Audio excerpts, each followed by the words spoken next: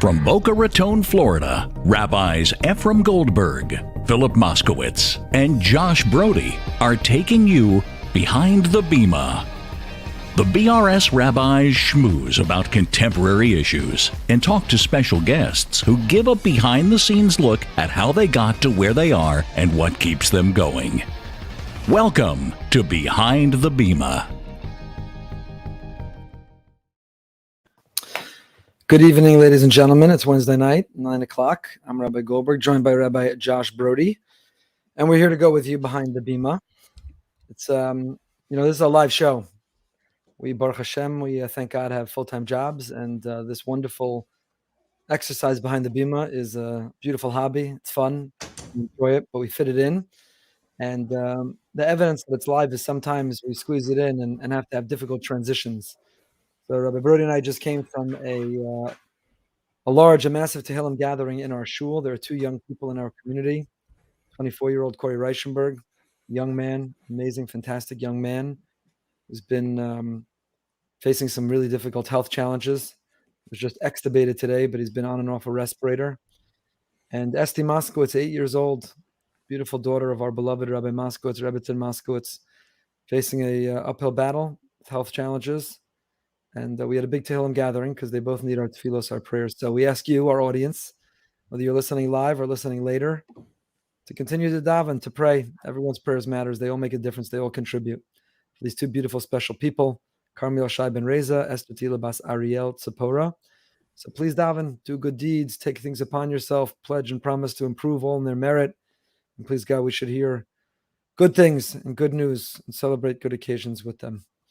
So it's difficult sometimes, Rabbi Broide. It's the life of the rabbinate. You go from a Tehillim gathering where you're crying and davening, you go behind the Bima to a program and a commitment that you have, and this is the rabbinate. We've talked about this. It's so hard. It's so hard. It's like an emotional roller coaster, and the crazy thing is you never know what's coming next. You know, what's going to happen after the show, what's going to happen tomorrow. You just never know.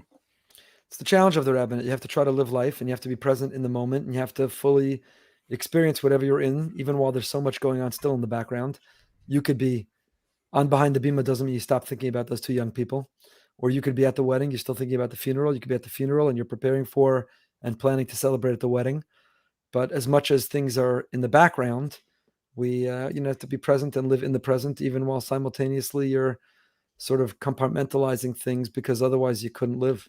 You couldn't live. That is the life. It's everybody's life, but it's the life perhaps a little more intensely of the rabbinate.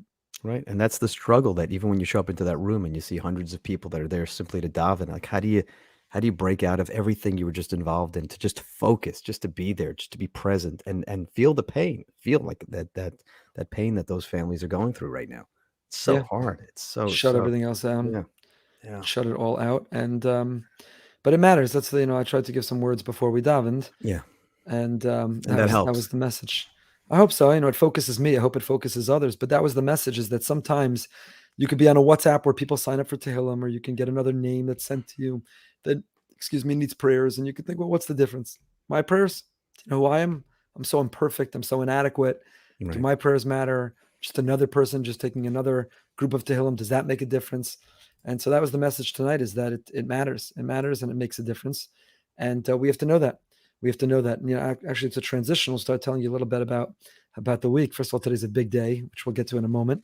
Rabbi Josh Broide and Simone Broide's 25th wedding anniversary today on the Gregorian calendar, secular date. So we'll get to the Broide's secrets to marriage in a moment. But I came back late last night, technically early this morning, from an extraordinary trip. We were a couple dozen guys from our community on a Mevakshim fly-in. The word Mevakshim means seeker, searcher, yearner. Rabbi Moskowitz was very helpful in putting it together, and sadly he couldn't be with us this year, but we've done it several years in a row. Ideally, you go to Israel, you go to Eretz Yisrael. Where else is there to go to try to soak up all the holiness and meet the holy people? But it's hard. It's hard to travel 6,000 miles and time difference and expense. And so I won't even say a small version of that, but its own version is to go to New York. And there are very righteous, holy people all over, Rosh Yeshiva, Rebbeim, Rebbes. And we have a whirlwind trip. 6 a.m. flight Monday morning, last flight back Tuesday night, and just pack, on the go, and meet personalities from across the spectrum. from Rabbi Eitan Feiner, who was fire, got us started with fire, to then go to Brooklyn, where we met with, we went to Torvadas and met with Rabbi Yisrael Reisman and Rav Yitzi Lichtenstein. And then we went to go meet with Rav Elia Brudny, who's on the Motzes Gedolei HaTorah, talk about Jewish communal issues. He goes to YU every year. He gives a shir there, a shmooze there. Is there politics? How could we create more unity? How could we work together? How could we focus on our commonality? It was a great conversation. Then we went to Rav David Cohen, the Gvul Yavetz, sat in his basement, gave us each his latest sefer. B'li Ayin Hara. This was sefer number. What do you think sefer number he's up to? Let's say it's 10. It would be amazing. 10's for this was sefer number 70 that he's written, and he's in the middle of B'li Ayin Hara, Kanai Nahara, Poo, and everything else. He's written 70. He's got 10 more svarim he's working on right now. I don't think I've learned 70 svarim. And his warmth and his smile and his encyclopedic knowledge. Each of these people, greeting us in their homes, living simple lives, seemingly simple lives, but there's nothing simple about their life at all. And then we made our way to Monsey. My dear friend, my good buddy Shai Stern hosted us, his father's yurtzeit. We had an incredible dinner, and Barry Weber and a choir. And then Rav Brian Waxman came and he sang one of his original songs and rocked the place and touched our neshamas. Then about midnight, we went to see the Skver Rebbe, got some brachas. Skver Rebbe for the second time made a donation to the Boca Raton Synagogue. So the global campaign has begun. And among the first donors to the global campaign is none other than the Skver Rebbe. So I don't know, we'll stream that starting next week. We're doing our BRS global campaign for those listening everywhere with the Rebbe. And then we weren't done yet. 1 a.m., went to the Vishnitz Cemetery in Monsey to the Ribnitzer Rebbe and Reb Geldzaler. If you haven't read Sruli Besser's book on Reb Geldzaler, a book that Rabbi Ari Mirzov says changed his life, and he is a great educator. So Reb Lezer Geldzaler, it's worth reading that book. And we got to bed around 2 a.m. Monday night, but no rest for the weary. Tuesday morning, back at him, 7:30 Shiner davening, breakfast with Daniel Gibber. Do you know Daniel Gibber? Rabbi Frand, right? Isn't there a classic story with Daniel? Our very own dear buddy. We have to get him behind the Bima, Rabbi Gibber. Our dear friend, Rabbi Gibber, our dear friend, colleague, and partner, our brother here in Boca. Rabbi Gibber has a brother, Daniel Gibber. He's what others would say, a regular balabas. He's just an ordinary guy. Again, nothing ordinary about him. He's on fire.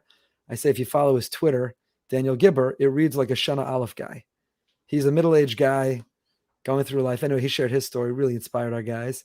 Then we met with Rabbi Rottenberg, who was the Hasidic Rebbe. You remember 2 years on Hanukkah, 2 years ago? A Rav in his house was lighting the candles, and a terrorist maniac came in with a machete, killed someone. In fact, the Rebbe's own son was injured. So we met with him in his house. There's a plaque on the wall where this terrible event happened. That's the bracha you say in a place where a miracle happened. And if you recall, there were ambulances, police cars, there were bodies still being taken away, and he went on with the Hanukkah Masiba. People didn't understand, why is he continuing? So he told us, he spoke to us about that. If you look at my YouTube page, put up just the recording of that conversation of when he told us about that.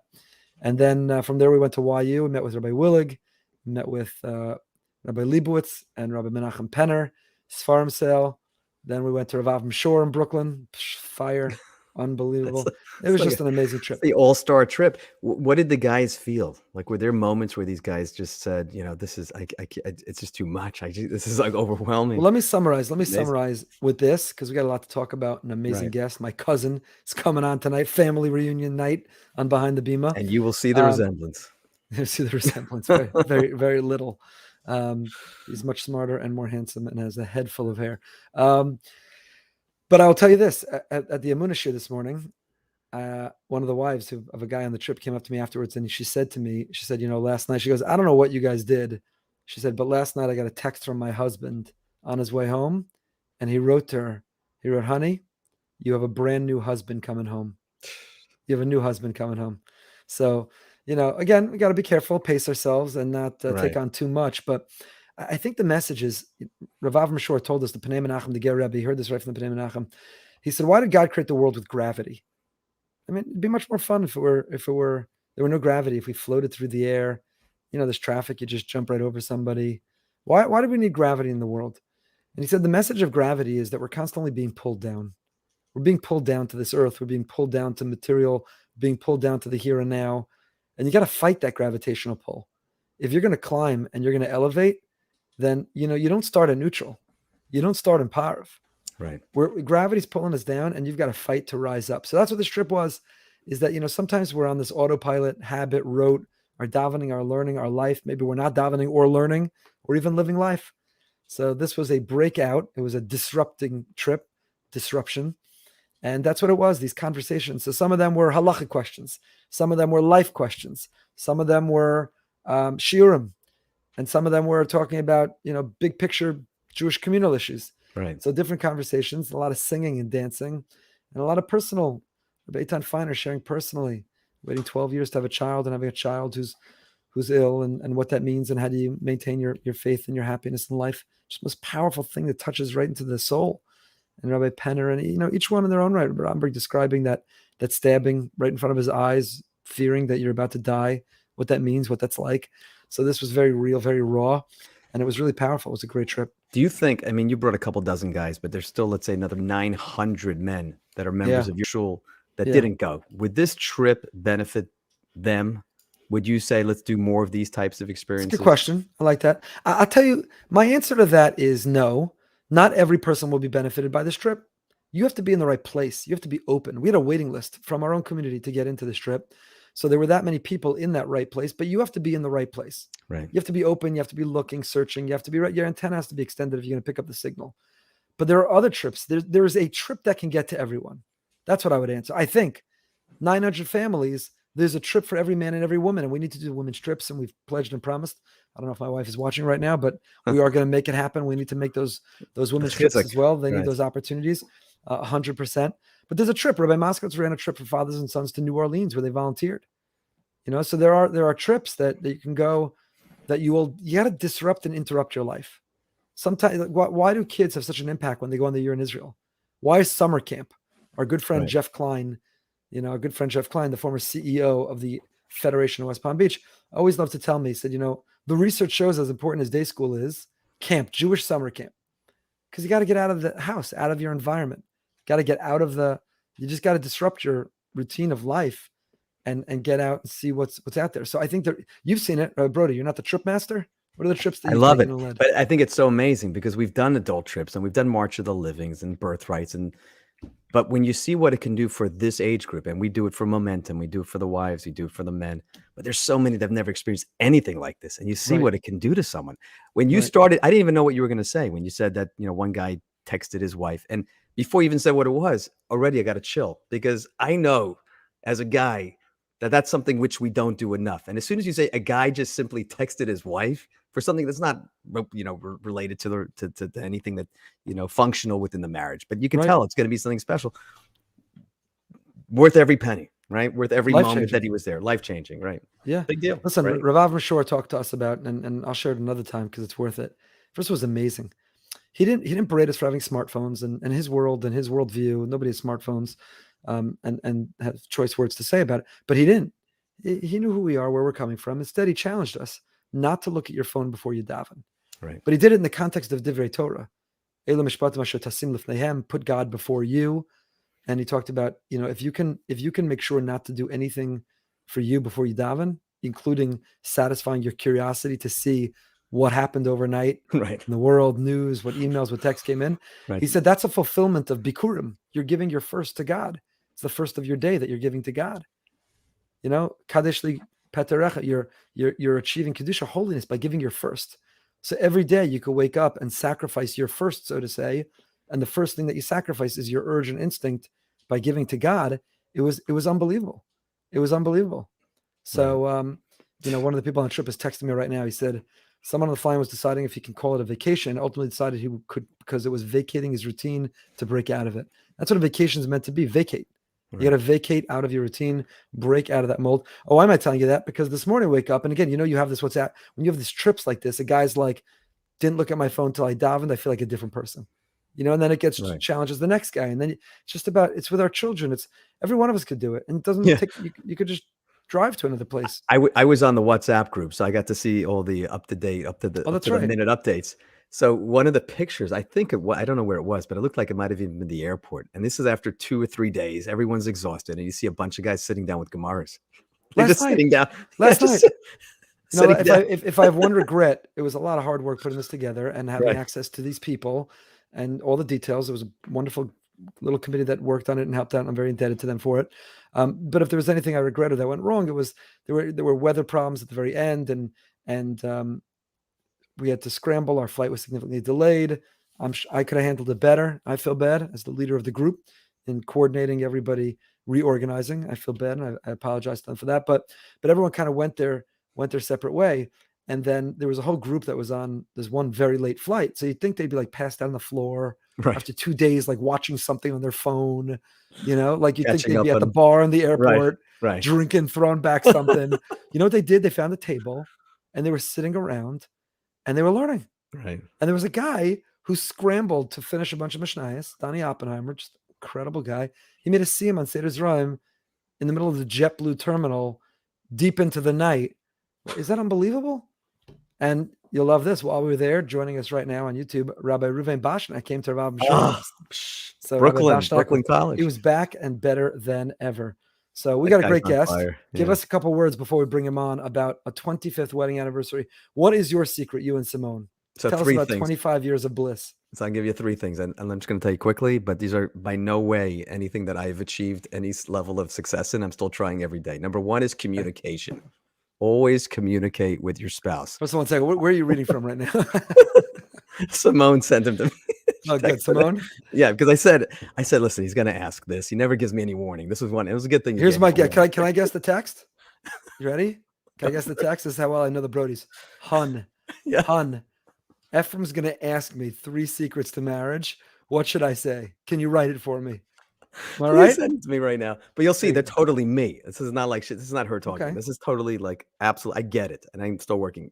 Communicate, talk to each other, share your feelings, which she's very good at. I'm not so good at, but it's such an important ingredient. Number 1. Number 2, don't sweat the small stuff. Every day there's going to be little things, and each one of these little things can expand and explode into something much bigger.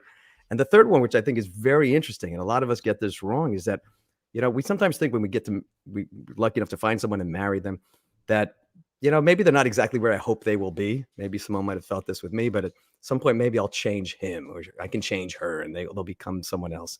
The point is, realize that this is the person we're marrying and we've got to love them for who they are. But understand when we want to do something for the other person, don't do what you want for the other person. Do what you think that they want or something that they need. Their love language. Yeah, speak their love language. Thank you. There you go. The 3 big. There you go. 3 big. All right, there it is. Young people, listen. Listen to me. Young people, old people, listen. Take notes. The Brodies, they're always smiling. They seem happy. It worked. 25 years. 25 plus another almost 12. Knowing each other. 37 years. Yeah, it's a long time. Can you? And with this, we'll welcome our guest. But is there one year which is the best year out of the 25 that jumps out at you?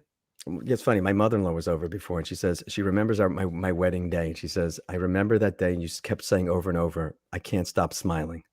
So that's my blessing to you and to everyone. Just every day, just smile. Keep smiling and wow, enjoy the moment. So that was definitely a big day. Well, you are in for a big treat tonight. We've got a special guest who happens to be my cousin, David Bashevkin, Rabbi Dr. David Bashevkin, soon to be. Is the director of education at CSY, which, as everyone knows, the youth movement of the Orthodox Union. He's a professor at Yeshiva University, teaches public policy, religious crisis, rabbinic thought. He is the founder of the very popular podcast 1840.org, which is a serious podcast, unlike ours, but is a serious podcast, tackles really serious issues and brings on very prominent guests. And it's his brainchild. He's put it together. He has smicha from YU, from REITs, a master's from Revel, and he's pursuing his doctorate. So maybe not doctor yet, unless he completed it already. He's the author of several books. Synagogue, used to write the top 5 lists for Mishpacha and put that out as a book as well. He's done many things to far surpass his cousin. And he's just a brilliant, funny, great, loving, positive force and energy in this world. A real influencer, if you could use that word, on Twitter, from Twitter, but beyond. And it's a real privilege. We're excited to be able to welcome him on. So without any further ado, Rabbi David Bashevkin. It's a real privilege and pleasure, a personal excitement for me to welcome my dear cousin, the great, the one and only Rabbi David Bashevkin. Welcome and thank you for agreeing to go behind the Bima with us. This is an absolute joy for me to be with Mishpacha on a podcast behind the Bima, no less, is really exciting. And my old friend, Rabbi Josh Broide. So this is really a pleasure that I've been waiting for a very long time. So, Rabbi Bashevkin, we're not going to make any charts or spreadsheets or grids to explain to people, but just to remind people, we did not grow up maybe even knowing each other, but certainly didn't have a closeness, although our families obviously did. Rabbi Bashevkin and I are third cousins, right? That means our great-grandmothers were sisters, I think is the... Yes, we share a mutual great-great-grandfather whose grogger, whose Purim grogger is still in existence. He made a grogger. And there were 3 sisters and 3 great-grandchildren. One of them is me, one of them is you. And the most famous of the great-grandchildren is Stacy Schiff, who is a Pulitzer Prize winner. Correct. And somehow the Bashevkins ended up with the grogger, but we'll leave that aside. We'll leave that. Also, I'm looking at the family resemblance. I mean, there is a resemblance. People get me confused all the time. Not just on the opposite side. Yeah, exactly. Upside down. He's got the down. gray hair on top. I've got it coming out the bottom. So, yeah, other than that, if one of us is upside down. But it is great. It's great to be together. And Rabbi Bashevkin, everybody knows you. You are a prolific author and speaker and tweet. And in so many ways, you are from Twitter, so to say, sort of the gadol from Twitter, starting all kinds of phenomenon and fads. And so we're excited to get into that and to talk a little about that. Want to get into your story, your childhood, your background, your life. People can listen to, you've spoken about that elsewhere, but let's get right into failure. You wrote the book on failure, literally, and you've opened the door for people to feel comfortable and to talk about their failures. You courageously did, and for that, we're indebted to you for that and so much more. Have you seen that take off? Have you gotten satisfaction of hearing from people that they're becoming more comfortable, not complacent and comfortable with failure as if, somehow you're stopping growth, but meaning, is it giving people comfort to know it's okay to fail and you can come back from it? Have you gotten positive messages about it? I got an email a while ago, and it's really from the foundational way in which I spoke and encouraged people to share their failures. They're especially when you're on the speaker circuit, like you certainly are, both of you and myself. So there's this custom that you write and you send in a bio blurb, and this little bio blurb. And when I began speaking publicly, it dawned on me for the first time that everybody writes their own bio blurb. You don't have to admit it now on air, but the imagining, and I was doing it myself. I'm sitting alone in a room and I'm like writing, like those words like sought after speaker, world renowned. You want to get all your titles in there, all your books in there. And I realized that it kind of is this funhouse mirror of how we present ourselves. And I started in this initial article that I initially published in First Things and then elaborated on in my book, Synagogue, that when we tell our stories, we should include failures in them. And I said it playfully. And I got an email 2 months ago from the dean of a medical college. And I shared it actually online, who said, I wrote one of these myself. He doesn't use it as a professional bio. He uses it for himself. The notion that your story includes difficulties, not that you have to glorify just your failures, but that failure is a part of your bio blurb, so to speak, is a perspective that I think is healthy for all people. We shouldn't look at our lives as an ESPN highlight reel of just our successes. We should have our misses, our injuries, our difficulties as a part of that story because it's a part of who we are. For sure. And what are some of the failures you've faced that you're overcoming? It's funny when it comes to failures, the ones that stick with me are the ones that were most early in childhood. And, I've spoken about them. I was a very anxious child. I come from a family. You don't have to speak about your own family. I come from a family where mental health issues, anxiety, depression, I grew up knowing about these things. This is something on both sides of the family, one of which is yours, was something that was very real and we spoke about in our house.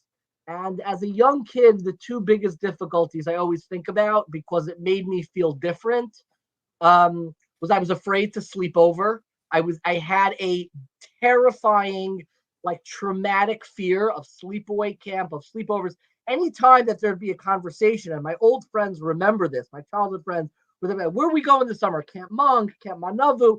I would somehow sulk out of the room. I would crawl under, I'm in army soldier crawling off the floor. Just I need to get out of this room because I was afraid to go to sleepaway camp until I was well into my teens.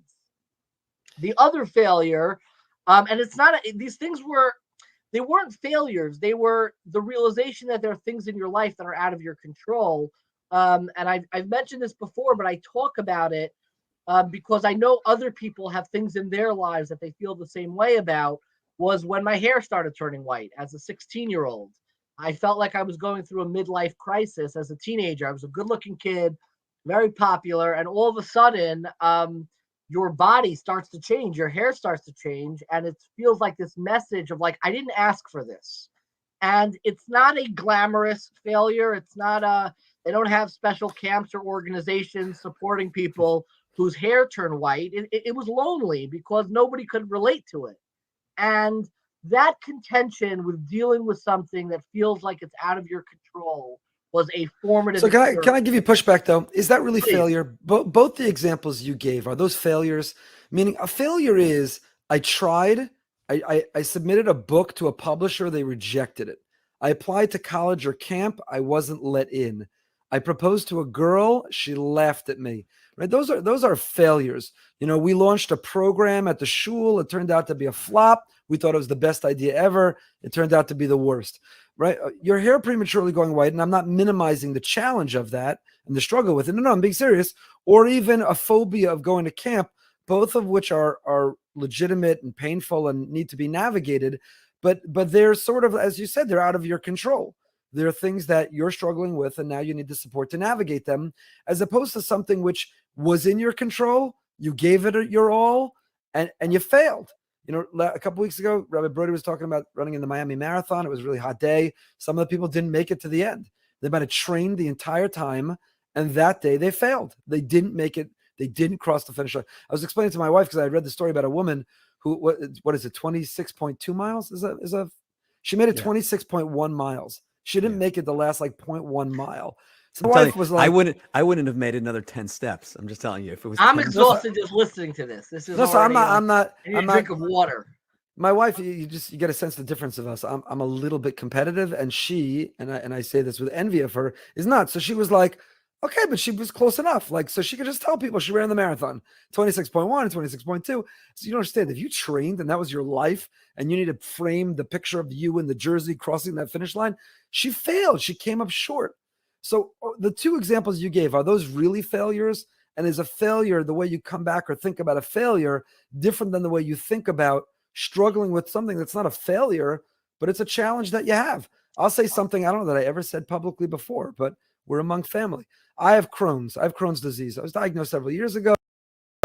I navigated. I figure it out. Thank God it hasn't held me back in life. There are struggles. There are times when I'm supposed to speak somewhere. Every time I'm a Sada Kedushin, I know everywhere I go in life, I know exactly where the restroom is, and I need to. So that's a challenge. And I'm always ready to step in. And I always thought, right, Broide, here's the chassid's name, the Kala's name. If I disappear, you just get up there. So, and I'm not sure why I spoke about that now. Not that I'm shy about it, but I've never spoken about it before. But having to navigate something out of your control is different than a failure, no? Well, no, because I want to make a distinction between failure as a verb and failure as a noun. I think that what I was contending with was with failure as a noun. I think a lot of people talk about I failed an exam. That's a verb. I felt like a failure. What does it mean to feel like a failure? That's a noun. You feel like a failure when your internal sense of self is in dissonance, is in conflict with your external signals. That could be your hair, that could be your marathon. I could fail a marathon and I would not feel like a failure because my internal sense of self never felt like I'm the kind of person who could finish marathons. But I was the kind of person who felt like I should be independent enough to be able to sleep over at camp. I was the kind of person who said I should be the good-looking, cool kid who shouldn't have his hair go white. So that made me feel like a failure, a noun. And I think that we often get confused between the verb failing and the noun feeling like a failure. And the experience of feeling like a failure really is the same experience, whether or not it was within your control or out of your control. It is a reorientation of your sense of self. Who are you? Am I still me, even though this external signifier, a failed exam, a missed promotion, a relationship that fell apart, or I look different now. Are you able to have a self-definition that has the resilience to withhold even those external signifiers? Okay, good. I like that. That's good. Could we go back to your comment about the byline, people writing their own? Do you agree with me? And I have not read your byline recently, so you'll excuse me if this is insensitive. But when I have the privilege, and it really is a privilege to speak elsewhere, and they ask, they'll email me, they'll email my assistant, like, what's my biography? I just say Rabbi Boca Raton Synagogue. They're like, no. Like, what else you have? What boards you say? What else you have? I say Rabbi Boca Raton Synagogue. My experience is that the people who need to inflate their byline with a million things, just keep it simple. Like that's is that your experience?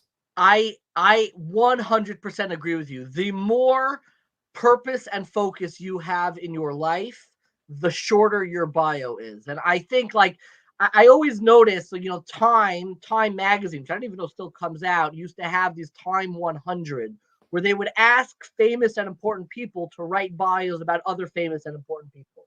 And the more important and the more focus you have in your life, the shorter your bio is. The president's bio was the president, 44th, 45th, what president of the United States of America. It's a one-line bio. You don't need to say whether they went to college or whether or not they graduated summa cum laude. I think that when you have a short bio, it shows a certain culmination and focus in your life. My bio has gotten shorter. The only things I add is I use my bio sometimes because I am a relentless self-promoter of my own books, which we could talk about self-promotion a little bit, but I'm a relentless self-promoter and I write my books in my bio because free advertising. Why not? Why not get that into a shul newsletter? Agree 100%. That's different, right? So author of this, and this. Exactly. It also, you're also adding value because if somebody hears you, is exposed to you, and they say, I would like to consume more. Where can I read more, learn more, listen more? So I think that's actually adding value, as you said, as opposed to like where you went to camp, what your babysitter's name was, or how many adjectives. You were once quoted. You were quoted by accident in an article somewhere. So you're now, as appeared in the New York Times. Byline. My biggest pet peeve, and I hate that I'm going to say this, is when people write for the rest of their lives. They started off on Wall Street, and the rest of their lives, they write X Wall Street in their bio. I'm like, does that make you feel better and more chashuv? Like, I don't need to know every job you have. What are you doing now, brother? Recovering Wall Street. So, Rabbi Bashevkin, we have go ahead, Rabbi. I was just going to say, I think there's two bios. There's the bio that you do professionally, and this is the bio you give to your parents. My mom loves reading that long bio. Just keep. There's the Nachas bio. That's right, for sure. The Nachas bio, right. We have so much to talk to you about. We want to talk NCSY and working with teenagers, inspiring them in reach. Publishing Rabbi Ari Kaplan's works recently, 1840, your podcast. There's an endless amount. But let's jump right into social media. Let's talk Twitter, TikTok a little bit. And let's talk about some of the phenomenon, some of the positives that have emerged, and some of the challenges that maybe are, I would say, definitely are unintentional. And I'm talking in the frum world. Right outside, just generally social media, we all know the issues of addiction. We know the issues of information overload. We know the information of people who are consuming information without actually filtering it. I don't mean filtering it religiously, but I mean filtering it. It's not peer reviewed. Do we know if it's really authentic or not, authoritative or not? There's so many issues that apply generally, but let's hone right in directly as B'nai Torah, as people who are, I think the three of us consider ourselves B'nai Torah. We aspire to be Torah personalities, guided, informed, inspired by Torah, part of a Masorah. We turn to our Rebbeim. We feel we operate within certain boundaries.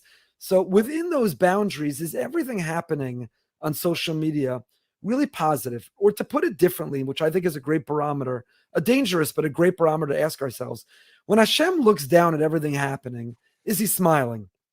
So when he looks down at the amount of Torah being learned, the proliferation, the interaction, provoking thinking, I happen to think he's smiling. When he looks down at your tweets that are humorous and funny and could bring a smile to people's face in the middle of a difficult day, I have to believe Hashem is smiling. When he looks down and he sees daf reactions, is he smiling, Rabbi Bashevkin?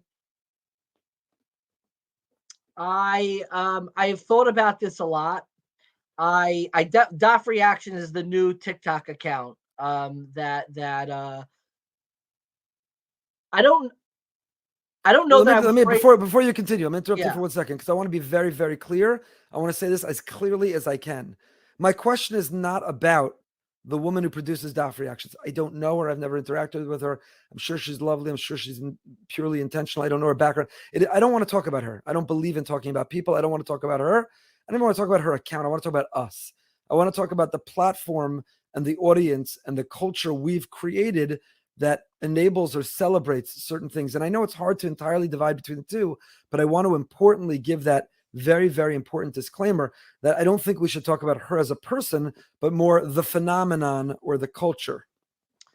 So there is a foundational story that animates the way that I approach social media that comes from a Gemara in Brachos, a Talmudic story in Brachos, where there is a student in a base medrash who is stuttering. He is unable to speak out. He's unable to speak out because the Gemara says that the student the night before was up to no good. They weren't involved in holy activities, and they're studying. And one of his Rebbe comes up to him and he says, what's going on? And he says, look, I'm stuttering. I don't really feel comfortable saying Torah. And he says, Pasach picha, open up your mouth, via iru devarecha, and allow the words to come out holy and beautifully and to illuminate the world. I think that a lot of people on social media are still in the stages of stuttering, where in those stages, feeling that sense of comfort, feeling that sense of ownership and being a part of the Jewish story very often begins with a stutter of sorts, where it doesn't come out clearly. It could sometimes come out very negatively.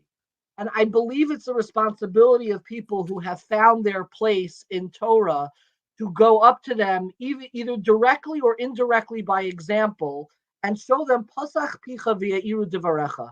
Open up your mouth. You have a perspective to share. Even if you never studied in yeshiva, even if you don't have a perspective on this, illuminate the words with your experience. Because I do believe that part of the tradition that we have, Torah Sheba'al Peh, is not just the oral tradition that we were handed down, but it is the Torah that emerges from the Baal Peh, from the speaker, from their own experiences.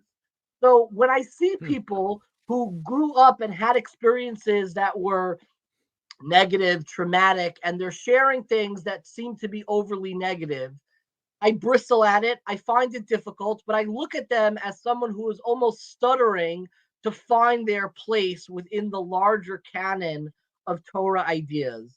And my first reaction is, how can I, through my channel and my platform, serve as an example to show them and encourage them that you too can find a place here? And that's really everything that I try to do. And I believe with my whole heart and soul that it can be done. And I feel like you're doing that every single day. When I watch your Torah and what you share and what people share collectively on from Twitter, on social media, I think by and large, the positive example is showing people that even with your experiences, even your own narishkeit, even your own trauma, there is a window to share something positive. And so long as I stay laser focused on highlighting positivity, I think it serves as an example for other people who may still be stuttering with finding their place to know that that place can eventually be found.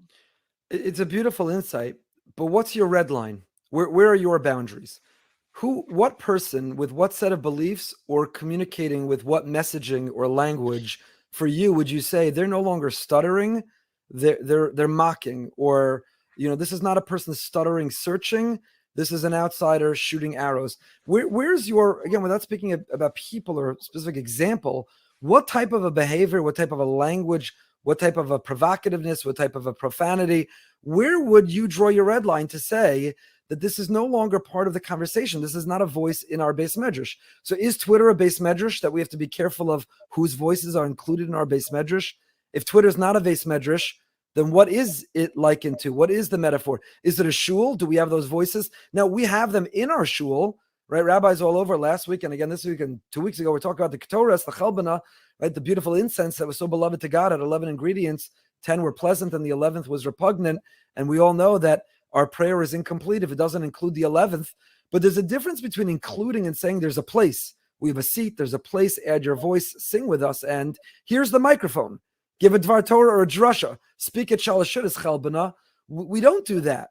So why do we do that on social media? Why would we celebrate, or why would we follow, or why would we somehow see it as positive if the person who's stuttering or searching, and the search, that I don't know that they see themselves as searching.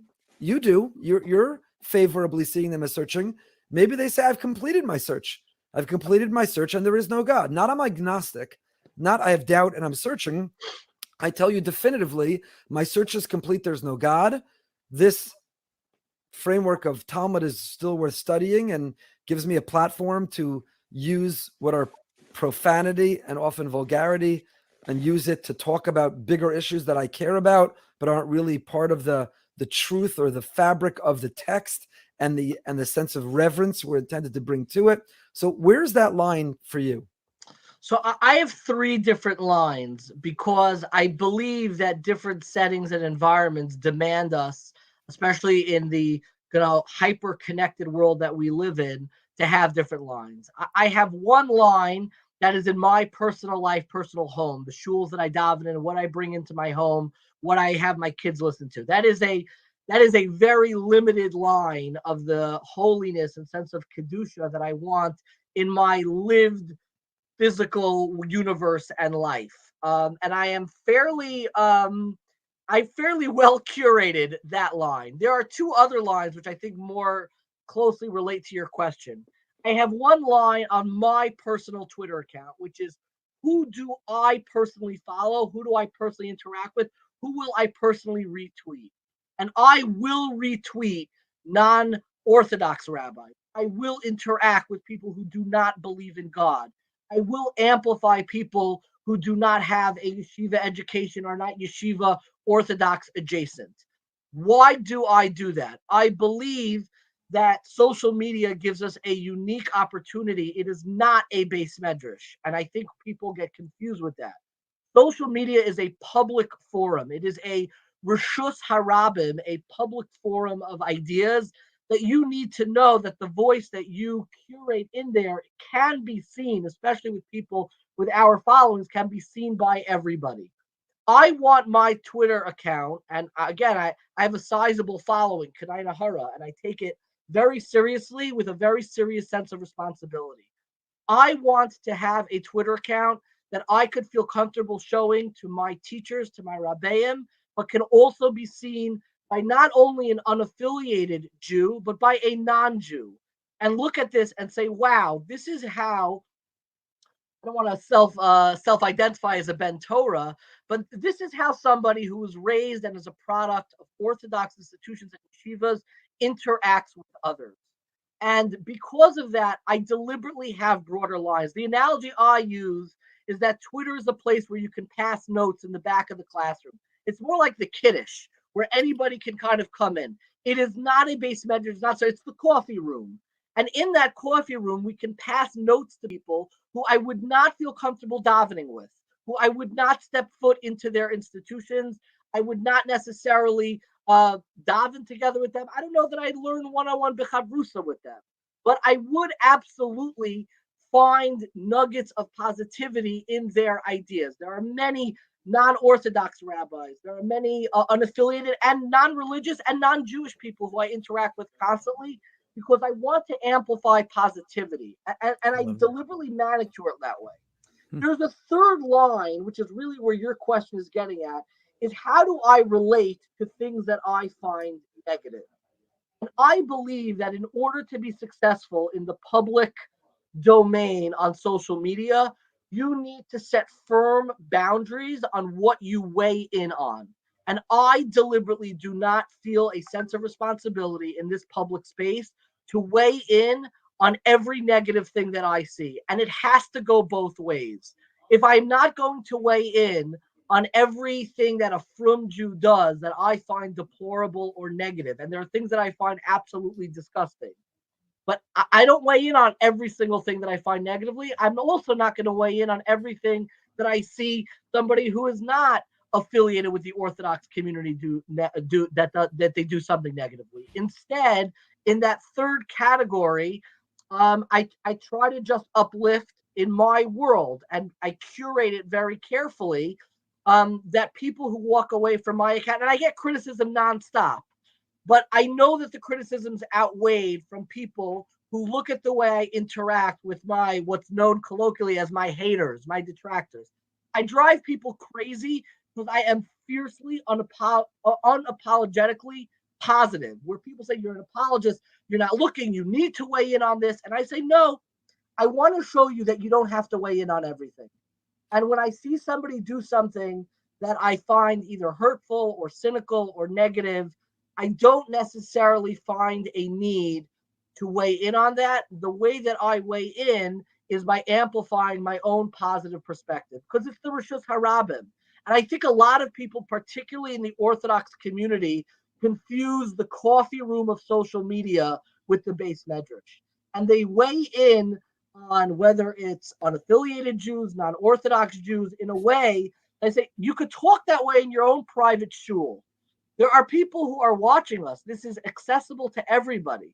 You are making a massive chil Hashem about the way that you are talking about non-Orthodox rabbis. It's disgusting, and it hurts me deeply. And I don't take somebody seriously if they're only bothered by, a non-Orthodox rabbi or a non-Orthodox person, and they're sharing Torah in a way they find offensive, but they have no problem with an Orthodox outlet poking fun in a very public way at unaffiliated Jews, and that doesn't bother them at all in a public square, then to me, you think this is a base medrash. You think this is your own private living room. I don't take you seriously anymore. You need to have a real sense of responsibility that you're making a Kiddush Hashem on both ends of the court. And that is the responsibility that is very real. It weighs on me. It is not easy, but I do it every single day. I try, at least. It's a great description. I agree with the overwhelming majority of it.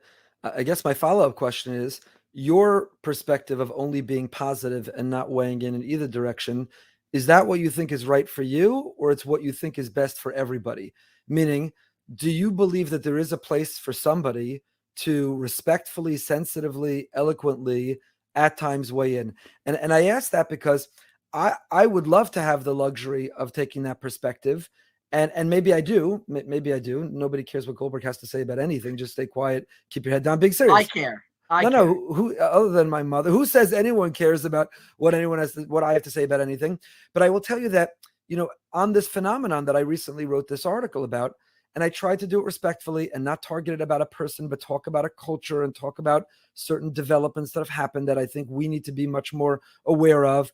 I can't tell you how many pieces of feedback I got and I get when I do something like that says, thank you for being my voice. I'm watching this. I'm reading this. I'm seeing this. I'm seeing Orthodox Jews celebrating an account that speaks about my sacred Torah in such a way that's deeply bothering me. I'm seeing people who I otherwise admire, who I think are not thoughtfully doing this, but just are swept up, and I'm bothered. Thank you for writing that article. Thank you for giving a voice. So is it a mistake that I write that article? Should all of us only be positive all the time and not weigh in? Or there is room and there are people and there are times where someone needs to weigh in, because there's a time to make a macha. We also have in our Masorah history of it's important at times to make a macha in both directions. By the way, I wrote maybe the most viral, which for me means, a few people, thing that I ever wrote was after the rabbi in Texas was held hostage. And so quickly after he was released, people were like, well, what he believed about Israel, that's why it happened. So I wrote a post that again, the most viral thing I ever wrote, basically was like, what is the matter with you? And if you knew what he believed about Israel, you wouldn't have prayed for him while he was held hostage. Is he not your brother or sister because you disagree on policies about Israel? So I try to save my voice for when I think it's really needed, but use it at times for when someone needs to say something, because there are people who need to know that there's a expression for how they feel. And sometimes I think Hashem is waiting and saying, hey, people, anyone down there want to weigh in here? Anyone want to have my back? Anyone want to say something? I agree with you that there is a time to push back and to make a macha. There's certainly a place. My feedback to you, and I said this publicly. I wasn't talking about you because it was before your article came out. It came out of I spoke publicly about somebody else who wrote an article about this phenomenon about how we share Torah in a particular way. My pushback is that you can't just critique what you find wrong. In the same article, in the same breath, you need to promote people who are building a window into Talmud for the audience that this person is trying to reach and is doing it well. And my opinion is that within our community, and I'm talking about the Orthodox community, which does an incredible, the level of Torah that is going on in our community is breathtaking. It's unbelievable. But, and there are other people who push back on this, it's become more difficult for people who don't have the language, the shared language that we have, to get into here.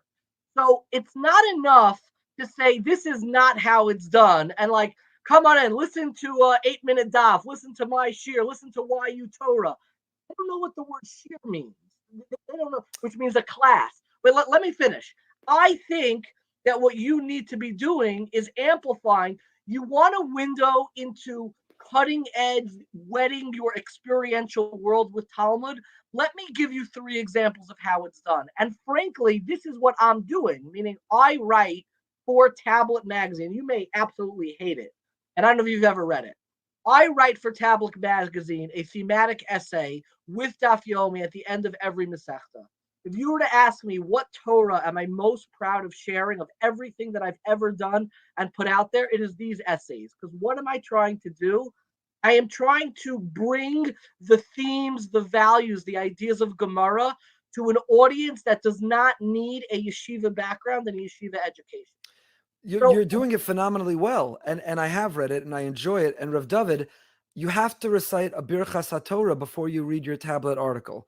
It qualifies as Torah. You can't read it in the bathroom, and you'd have to say a Birchas HaTorah before you read it. Do you think you have to say a Birchas HaTorah before you watch a daf reaction video? Are you allowed to watch it in the bathroom? No, I don't think you're allowed to watch it in the bathroom, honestly.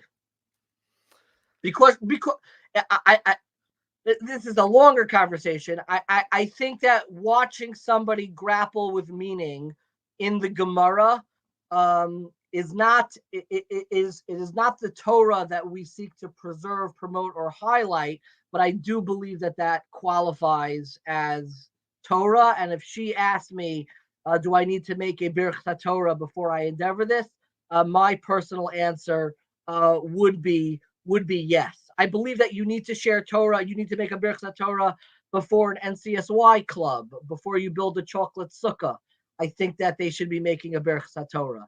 I think that anybody who is attempting to find their place, even if they fail in their ultimate product, anybody who's attempting to find their place within the Masorah. So where's the bar of somebody who's now you're below trying to find your place? Meaning, is every conversation that quotes Torah trying to find your place in Torah? That's where we're going to disagree here. Is that when you say you should provide several outlets, we have a history. Rabbi Teitz going on the radio with Daf HaShavua, and again, I'm not saying he wasn't trying to find an audience. Who's doing it now? Who's doing it now?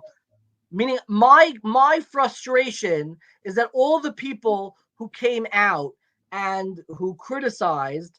It's good to criticize. It is good to draw lines. You have phenomenal, the entire Chabad platform, the entire Aish platform, the entire Torah Live and video series, and there are incredible platforms. I think we have to be very careful what we even qualify as Torah. When just because somebody is referencing Torah doesn't make it Torah. I think we may disagree on this. It's a very, to me, a very philosophical, somewhat mystical disagreement that we are having that we could probably unpack in a much longer conversation. I believe that somebody who's grappling with the Masorah they are involved in trying to find their place in the divinity of Torah's Hashem, even if they fail, is still in that exercise for them is a part of Torah. Well, now, I don't know if what they produce. She's talking about stories in the Gemara. I couldn't listen to that without making a Birchas Torah in the morning. I wouldn't I wouldn't deliberately, I make a Birchas Torah right away. There's a reason why I make a Birchas Torah specifically on Birchas Kohanim. Why do I make it on Birchas Kohanim? I've written about this. We say Yivarecha Hashem v'yishmerecha because I want people to feel I want people to feel blessed with Torah. And I'm not sure, and I understand why people don't feel that blessing when they listen to this in particular. But I think the exercise in finding your place in the Masorah, depending, again, there's a subjectivity involved in this. But even watching somebody trying to find that place, when I make a Birchas Torah before telling a first grader a very basic rendering of the Purim story with a lot of silly pictures and this and that, But I'm just saying, at what point is, and again, I want to move on because we have a lot more to talk about, even though I think we could have this conversation for hours, and I love it because I love you and I have such admiration for you. So it's not a heated conversation. This is a chavrusa, I think, that we're trying to get to the crux of one of the big issues of our day. And I think we need to set up some definitions and parameters. And I think it's very important to establish the vocabulary of what is Torah and what's outside of it, because we have these outlets and platforms that we never had before. We need to, I think, do a better job of defining and honing in on our vocabulary and our definitions. What would then be outside of Torah? If somebody if there's a group of unclothed, naked people, and I'm not comparing anything right now. I'm trying to give an extreme example to try to find some place where we can agree. If there's a group of people who all proclaim there is no God, and they're sitting in a state of complete undress, and they're using vocabulary that cannot be broadcast on air, and they happen to be referencing Torah sources as the words they're using for their conversation, but they're doing it often cynically, sarcastically, attackingly. They're doing it with vulgarity and profanity. My point is just to ask you, where is that? Is there, for Dovid Bashevkin, for Rabbi Bashevkin, where is the line that it's not part of the stutter, the struggle, the search, the yearning? Where's the line? Where's the line that Hashem says, I didn't give you the Torah for that? Right? How do you reconcile the Mamari Chazal about awe and reverence and attitude? How do you reconcile this notion that Torah is not like any other discipline, that Torah is unique in the sense of what we have to bring to it and protect it? Right? Torah is not like any other discipline. Like I tell my kids, I know you hate math. I don't care if you like math. I don't care what you're wearing when you do math. I don't care what words, I do care, but I don't care what words you use to describe math. Just learn the math. But that's not Torah. Torah is not the same thing, is it? It depends which line you're talking about. And I think that it's a little bit of a bait and switch, meaning what is my line? What do I read? I read things that for me personally give me a constructive sense of awe for being a part of Torah Sheba'al Peh and Torah Shebechsav, and that help me cultivate that awe. And I will promote things that are sometimes silly, sometimes real, that I think will help people better appreciate their experience, either vis-a-vis the Jewish people or vis-a-vis Torah itself. What is outside of my lines are pieces of content that I think are going to make people feel cynical about their own lives, about the Jewish people, or feel about Torah. It is a separate question, in my opinion, about whether or not that very exercise qualifies in a halachic sense as Torah. And I think we need to separate those two questions, meaning my boundaries of what I promote, the boundaries of what I am involved in are two different sets of lines. And then there is a separate question of the essential definition in halacha, in theology, of what Torah is. And that is a question, if we're both honest with ourselves, and all of your listeners are probably going to turn off this podcast, is one of the most technical, philosophical, and mysterious questions that I wish more people wrote about. Because I don't think people have the guts to write a real essay to talk about what is Torah? What is the dividing line? What is this? We talk about Torah as such a generality that when you pick up that individual grain of Torah and somebody says, if you fall down 7 times, you got to keep getting up, and you don't know if they're quoting Mishlei or Kanye West or Rav Hutner, I want to know, what is the essential definition of Torah? That's a deeply philosophical question. And it's one that, from an outsider and knowing how complicated that very question is, was part of a polemic in the pages of the Jewish Observer when Rabbi Lamb's Torah Umada came out. And people accused Rabbi Lamb, are you going to make a Birchas Torah on a science textbook? People accused them of that. And they said, you are destroying the boundaries of what Torah is. And it was a really important dialogue. My only frustration is nobody answered it. Nobody came up with a very clear line of what qualifies as Torah, and it's very hard. And to me, that very question kind of is a testimony to the mystery of Torah itself. It's engaging with something that is very hard to define, and hopefully one day, maybe you'll invite me back, not after this conversation, but to get to the heart of what the actual philosophical and halachic definition of Torah is. Well, we're looking forward to reading your article, Wow. and I'm sure we'll have to make a Birchas HaTorah before we read your article. I'll just end because I know we have a lot more to talk about, but this particular question, because I want to qualify my position, is to be very clear. Such a person would absolutely be invited to our shul and to my Shabbos table and in my life. Atheist, agnostic, someone in the search, someone who speaks about Torah in that way, of course they're invited to participate. They have a place in the community. I'd welcome them warmly. I'd want to have a conversation. I'd want to have this dialogue with them. My objection is not to the individual's existence or place in a community. It's to they're having a microphone to speak, to teach, to share it. And then my whole conversation is not about them at all. It's about who's listening. Should we be celebrating, promoting, and listening? And that's how my whole article began, is not about even the person or what they're producing, but our culture that is not as, I think, discerning or judicious or filtering as we need to be, where it's kind of like, well, that's cool, or that's funny, or someone sent me this, you got to check it out, without actually stopping and saying, wait, is this making Hashem smile? Before I forward this, before I share this, before I like this, before I follow this, is this giving Hashem nachas? Do we stop and ask ourselves that question? And that was my point. Rabbi Broide, let's get you in here. What do you want to know from my cousin? So first of all, you guys are brilliant. And I listen to Rabbi Bashevkin and I say, you know what? That's exactly what I'm thinking. I agree with Rabbi Bashevkin. Oh, that's very kind. And then I hear Rabbi Goldberg respond. I'm like, that's actually, I agree with that now. And it's like a ping pong match here. And I agree with both of you in many ways. But I will say I agree with Rabbi Bashevkin on one point that he made, that there is a lot of there are a lot of people in our community that just don't have that entry point and that access. And even with Chabad and even with Aish and everything that they're all trying to do and all the beginner programs, there are certainly a lot of people, arguably the overwhelming number of Jews in any one of our communities, that are not learning any Torah according to anyone's definition. Rabbi Broide, and we can't get them in without F-bombs? And we can't get them in without being provocative?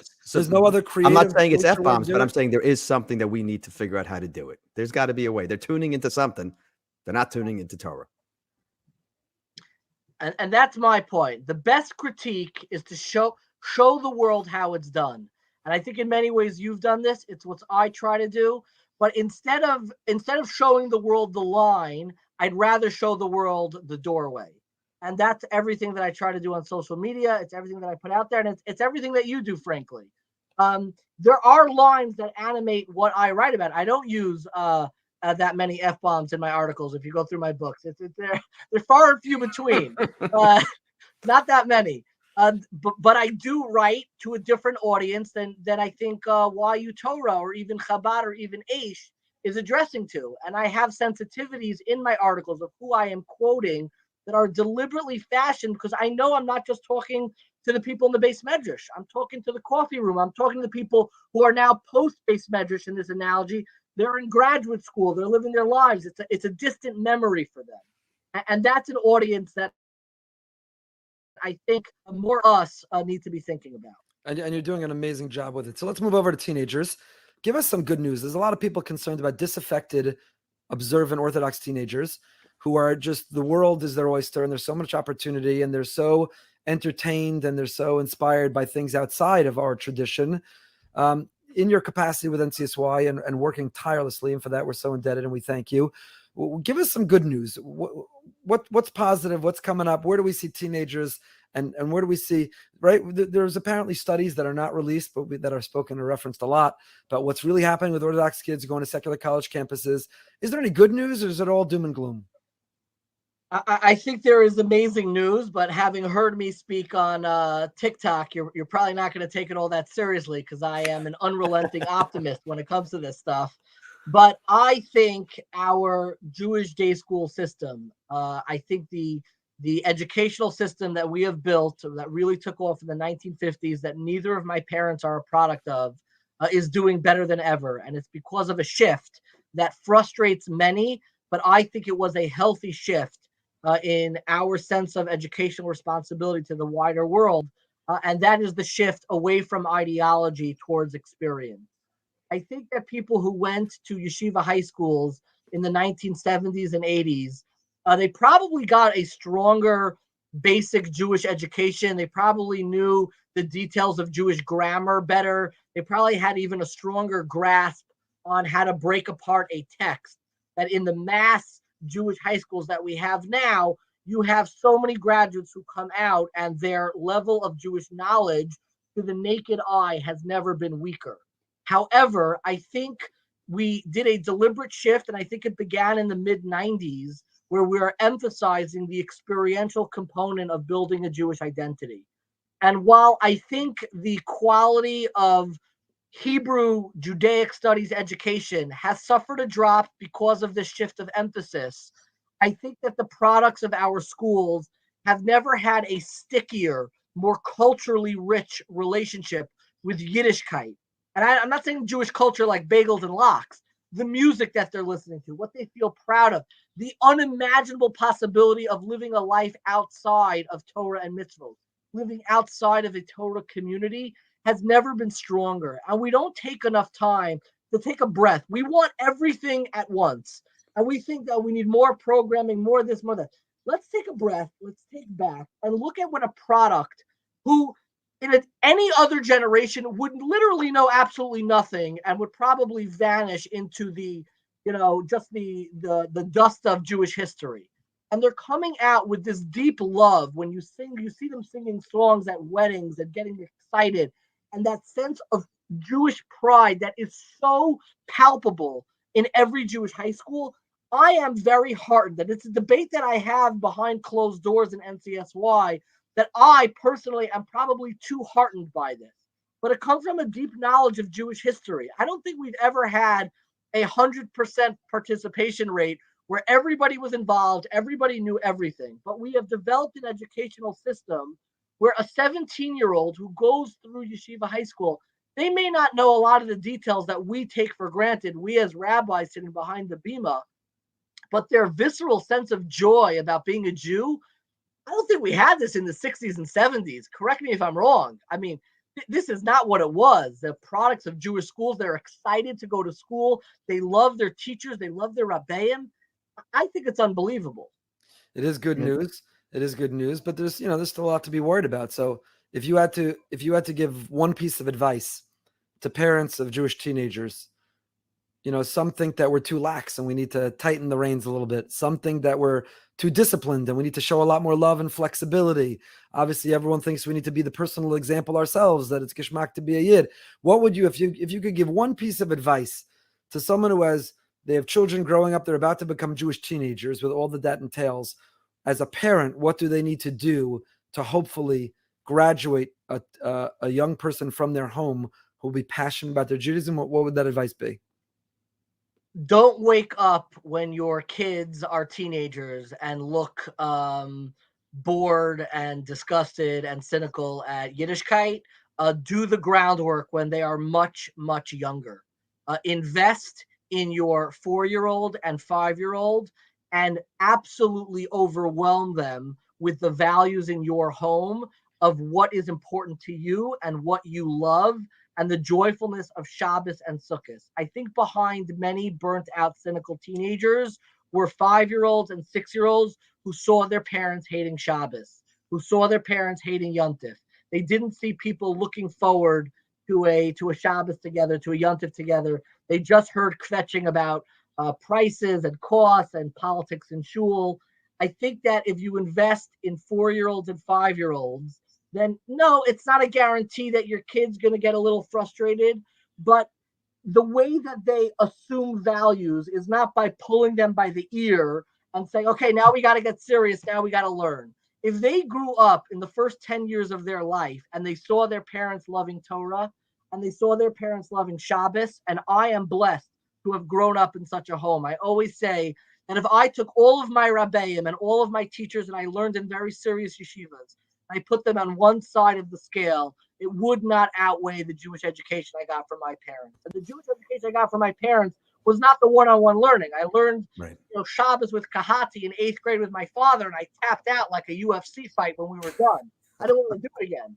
But Friday night in my house was my parents learning. I saw them learning.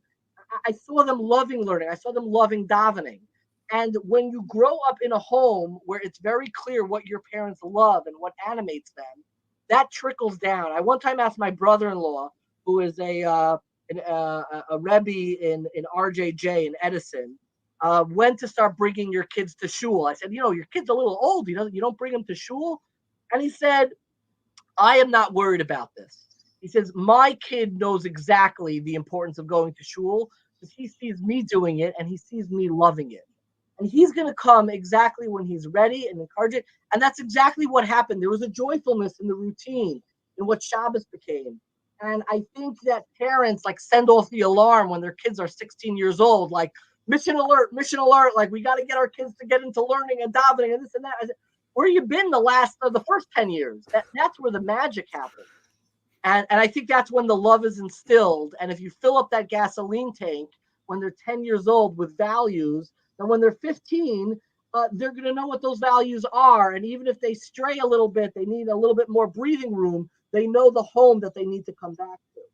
What do you think about this growing trend right now that you see many of these high school yeshiva graduates that are going to Israel, spending time making aliyah and going to college? Well, you just announced they're going to be having a campus now in Israel. I actually love it. I don't want to get myself into trouble. I think it's wonderful that we see people paving new pathways for graduates of our yeshivas and our high schools. I think the system has gotten a little. We need more roadways to long-term religious growth. My only gripe with the yeshiva and seminary system is that people very often spend the rest of their lives looking back and thinking the religious climax of their lives were those 2 years that they spent in seminary and yeshiva. And a constant theme that I come back to my Talmidim is that you can't spend the rest of your life, the next 5, 6, 7 decades of your life, with just those 2 years as the religious climax of your life. And I think we've set up a system where we subtly reinforce that. And I would like us to move away from that system. I think the Boca Raton Synagogue does a nice job of this, where the best religious years of your life should always be ahead of you. You could reminisce, you can love, you can look back fondly at your yeshiva years. I don't want to hear from people saying, my best years were my years in yeshiva. You had great years in yeshiva. Your best years are yet to come. Wow.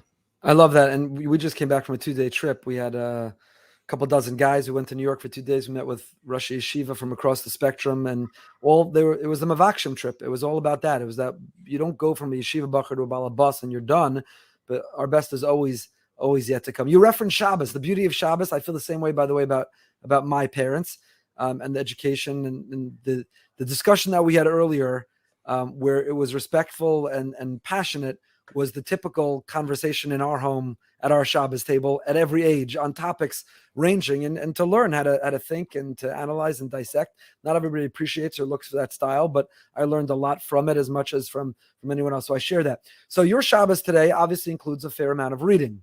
And we know that because on Motzei Shabbos, you take to Twitter to post what you read on Shabbos. And intentionally or unintentionally, and I guess that's a question to you, it started a trend where people will post, this is what I read on Shabbos. So the cynic will say and does say, why do I care what Dovid Bashevkin read? Why does he feel a need to post? The sincere person, and I fall in this camp, say, I'm kind of curious, Yitzhak, what's he reading? And maybe I should be reading it. Someone I like and admire. If it's interesting to him, maybe it would be to me.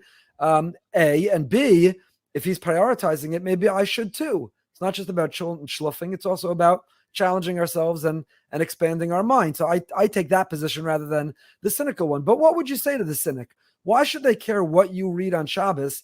What led you to first post what I read on Shabbos? What was the motivation? And did you anticipate what would happen, which is now a growing trend of others who are posting what they read on Shabbos? And first of all, let me ask you this off the record. Do you really believe that many of them really read what they post on Shabbos? How do you do it? You've got a beautiful family, Kanai Nahara. Who is the tie? You stay up all night? You don't sleep Friday night? How do you have the time? A few things. I read this over Shabbos. I've said this a few times. I have to make an important disclaimer. I don't always finish the book over Shabbos. This is what I read over Shabbos. I didn't always finish the whole book. I sometimes finish it on Sunday. On Monday night, I try to read a book a week. I've been doing it for a long time, even before I was posting. I am absolutely fascinated by the cynics who it drives them crazy. They get so worked up, like, why are you sharing this and that? And I always say, brother, sister, take a breath. Do you feel this way if I posted my avocado toast on social media? Do you feel this way if I post a silly meme? Why is this making you so upset? And I would submit, and maybe this is my own cynic in me, I think they feel insecure. And there's no reason to feel insecure. My Twitter handle is dbashideas, and it is deliberately so. I share ideas on Twitter. I self-promote my own ideas. I love my ideas. I don't apologize for sharing ideas on Twitter. I don't share posters of myself. I don't share advertisements. I don't share where I'm speaking. That's the difference between, to me, self-promotion versus idea promotion. To share a book and to talk a little bit about the ideas inside the book, as much as I can, as much as I have time for. Why isn't this the best expression of what social media can offer and can become? And I'm so heartened by the trend that I got a text message from somebody who is, I don't think is from, I know is not from, but somebody in a non-Orthodox rabbinic school. And this past Motzi Shabbos, a non-Jew said, I'm watching this trend and it's making me fall in love with Shabbos and I want to convert. And this other DM that I got was somebody saying, I want to bring this onto other platforms. Could we partner together? And I say, how beautiful is this, that we are transforming Shabbos and reminding people of what you can do over a Shabbos. Some people post in silly ways, which I also love. You post a sefer that you learned on Shabbos. You post the Shtayim Mikra that you accomplished over Shabbos. I think this is wonderful. And the way that I read, if you come to my house, I do read, depending on the summer or the winter.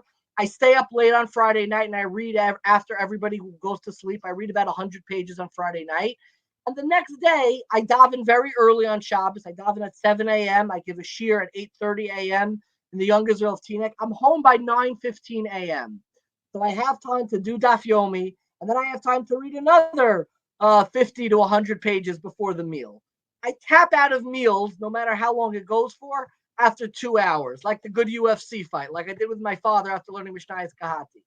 The meal can continue, but I'm going to start reading. I'm going to move to the couch. I don't go to my bedroom and lock the door. I'm sitting in the living room. I think it's not, I mean, I don't really eat out that much. We eat with the same couples every Shabbos, so they know the routine. And I read over Shabbos, and at the end of every Shabbos, to develop a relationship with a new idea, with a new book, to me, it shows the beauty, and it's flattering and it's heartening that it's not about what Dovid Bashevkin read over Shabbos. It's about what you can do to better and develop yourself over Shabbos. You want to take a nap instead? Gesund to hate. You want to read a sefer instead? Gesund to hate. Wonderful, beautiful. But it's really about making Shabbos a destination vacation for your mind, for your heart, for your soul, every single week. I'm with you on this one. You won't find any pushback from me. I think it's great. I think it motivates, inspires, it gets people to think.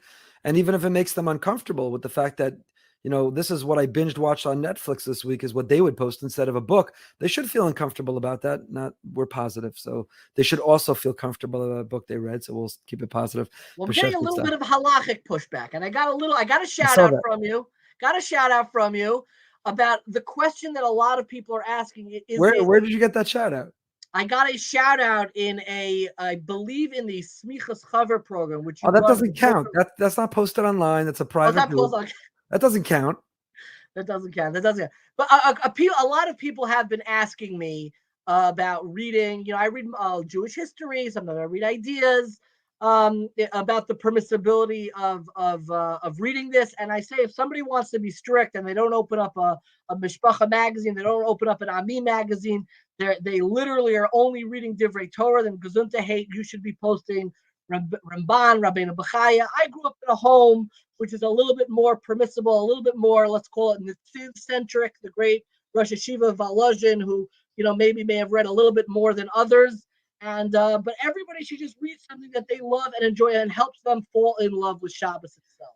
I agree with you. I don't have a problem with that. When I brought it up, it was in passing and in jest, not a serious criticism, which I would never do ever Oh, in a public setting. No, because I do agree with you with a more permissive read of that, because that's in practice what people are doing. And I'll point out that that's you l'shitascha in your broad definition of what's Torah. yes. Would you yes. make a Birchas HaTorah on these books that you're reading? We'll leave that aside for another time. The question of the Birchas HaTorah, but the mechanics of it. Does your family feel they're competing with the books? Do they say to themselves, well, Abba or Daddy or Tati's got a post tonight on his Twitter what he read, so I guess he doesn't have time to play with me? So I have children at an age where they are not asking that sophisticated questions. My kids want to sing with me. Zmiros is a big deal, and we have done something I think really smart. A pro tip is we don't sing Zmiros during the meal. I sing Zmiros with my children before the meal, before the guests come, and I have time where we go through our favorite songs before the meal. As I sing Zmiros is usually when I am peeking at the art scroll footnotes. I do Daf Yomi deliberately with an art scroll Gemara. I find their footnotes absolutely fascinating. And then maybe I have the Gemara open in front of me, but I'm singing my heart out. I promise you. And the moment that they notice and they say, hey, you're sneaking a peek at that footnote, you're not singing, you're missing a line, is when I will absolutely start closing, whether it's my Gemara or the book that I'm reading. The moment they notice is when I will stop doing that. But until then, I'm present. I don't go off to my side study, lock the door, say, Daddy needs to finish his book for Twitter. You'll understand when you're older. I'm reading at the Shabbos table. I'm reading at the living room. I'm learning there. I think the best educational example you can have for your children is learning in public. Don't keep it a secret. Don't hide off. Don't go to I don't even go to shul to the base medrash. I make an issue of learning at home so my kids know what that looks like and how joyful that will, God willing, be when they are older. Rabbi Broide, some closing thoughts. We've been privileged. Rabbi Bashevkin is Let me giving tell you us a lot of something. the time. I mean, there's so much more to ask, especially, Ton more. Rav Aryeh Kaplan. We got to have him back. I'm pushing for please. round 2 on this. Pushing for a round 2. Yeah, let's see what the follow-up is from this conversation. And there is much more to talk about, but let's close with this. Rabbi Bashevkin, what's on the horizon for you? First of all, is Twitter your thing? Have you expanded to other platforms? Do you see yourself expanding? Do you think that these are short-lived technologies that by definition they're always moving? Have you played with going on some other way to find an audience? I am working on now with 1840, which is the media site podcast that I do to develop more video content. I see the power that YouTube offers. I post very infrequently on Instagram because it only is the medium of pictures. For me, everything I do on social media comes back to the same mission and the same goals. So it's not about Twitter. It's about having a public platform to share ideas.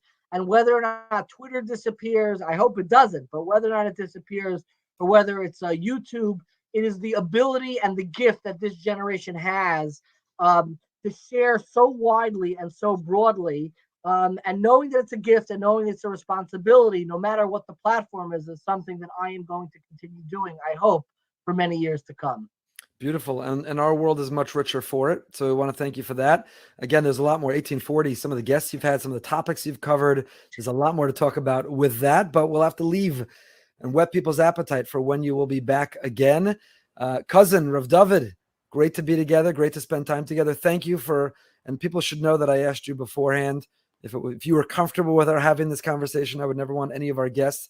We are not a hard-hitting show that we try to make people uncomfortable to get to the truth. Until this week. No, this has been such an absolute joy, and I only regret that we don't get to see each other more and talk more. Both Rabbi Broide and Rabbi Goldberg. This is very mishpacha. It felt like a Shabbos table the whole time, and I enjoyed every second of it. So thank you so much for having me. We've got the top 5 behind you. Are we going to see top 5? Oh, I didn't even notice. I have my book behind me. I'm so embarrassed. What a coincidence. I didn't even realize that. Are we going to see a comeback? A lot of people missed the top 5. Was that a case of quitting while you're ahead?